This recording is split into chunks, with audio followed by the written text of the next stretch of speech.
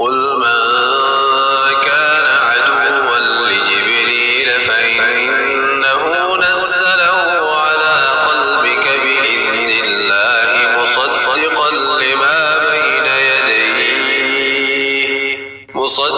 لما بين يديه وهدى وبشرى للمؤمنين۔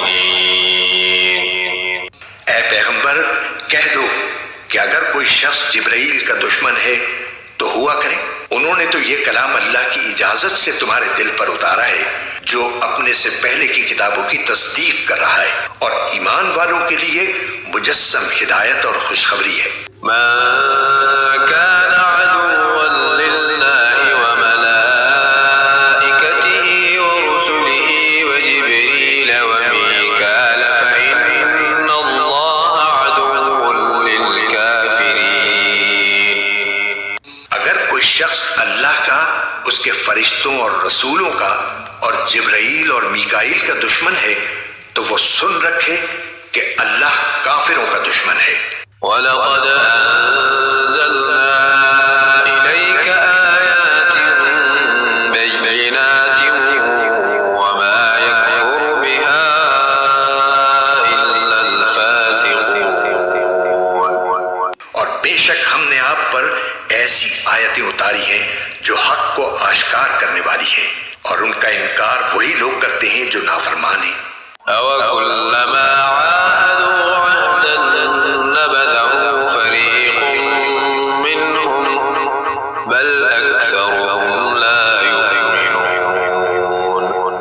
یہ آخر کیا معاملہ ہے کہ ان لوگوں نے جب کوئی عہد کیا، ان کے ایک گروہ نے اسے ہمیشہ توڑ پھینکا، بلکہ ان میں سے اکثر لوگ ایمان لاتے ہی نہیں۔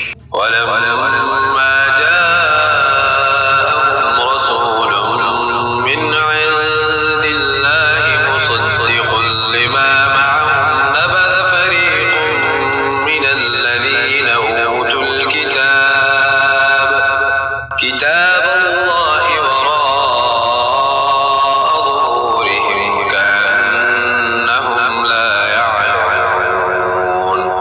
اور جب ان کے پاس اللہ کی طرف سے ایک رسول آئے جو اس تورات کی تصدیق کر رہے تھے جو ان کے پاس ہے، تو اہل کتاب میں سے ایک گروہ نے اللہ کی کتاب تورات و انجیل کو اس طرح پس پشت ڈال دیا گویا وہ کچھ جانتے ہی نہ تھے کہ اس میں نبی آخر الزماں صلی اللہ علیہ وسلم کے بارے میں کیا ہدایات دی گئی تھیں۔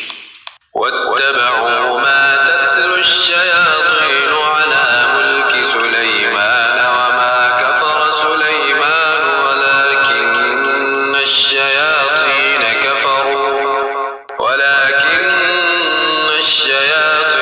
كَفَرُوا يُعَلِّمُونَ النَّاسَ السِّحْرَ وَمَا أُنزِلَ عَلَى الْمَلَكَيْنِ بِبَابِلَ هَارُوتَ وَمَارُوتَ وَمَا يُعَلِّمَانِ مِنْ أَحَدٍ حَتَّى يَقُولَا إِنَّمَا نَحْنُ فِتْنَةٌ فَلَا تَكْفُرْ فَيَتَعَلَّمُونَ مِنْهُمَا مَا يُفَرِّقُونَ بِهِ بَيْنَ الْمَرْءِ وَزَوْجِهِ وَمَا هُمْ بِضَارِّينَ بِهِ مِنْ أَحَدٍ إِلَّا بِإِذْنِ اللَّهِ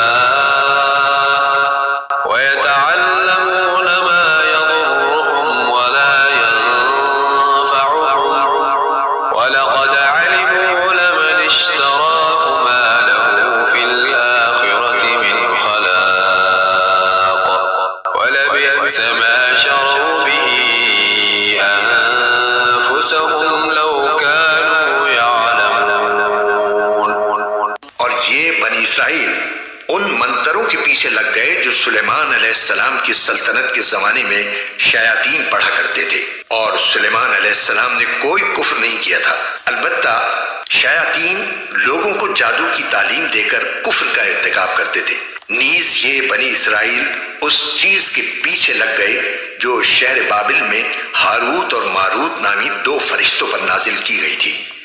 یہ دو فرشتے کسی کو اس وقت تک کوئی تعلیم نہیں دیتے تھے جب تک اس سے یہ نہ کہہ دیں کہ ہم محض آزمائش کے لیے بھیجے گئے ہیں، لہٰذا تم جادو کے پیچھے لگ کر کفر اختیار نہ کرنا۔ پھر بھی یہ لوگ ان سے وہ چیزیں سیکھتے تھے جس کے ذریعے مرد اور اس کی بیوی میں جدائی پیدا کر دیں۔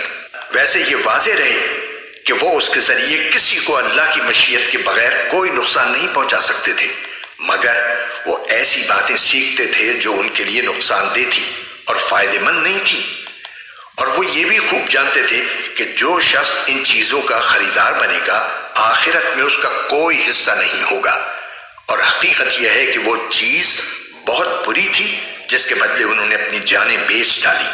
کاش کہ ان کو اس بات کا حقیقی علم ہوتا۔ وَلَوْ أَنَّهُمْ آمَنُوا وَاتَّقَوْا لَمَثُوبَةٌ مِّنْ عِندِ اللَّهِ خَيْرٌ لَوْ كَانُوا يَعْلَمُونَ۔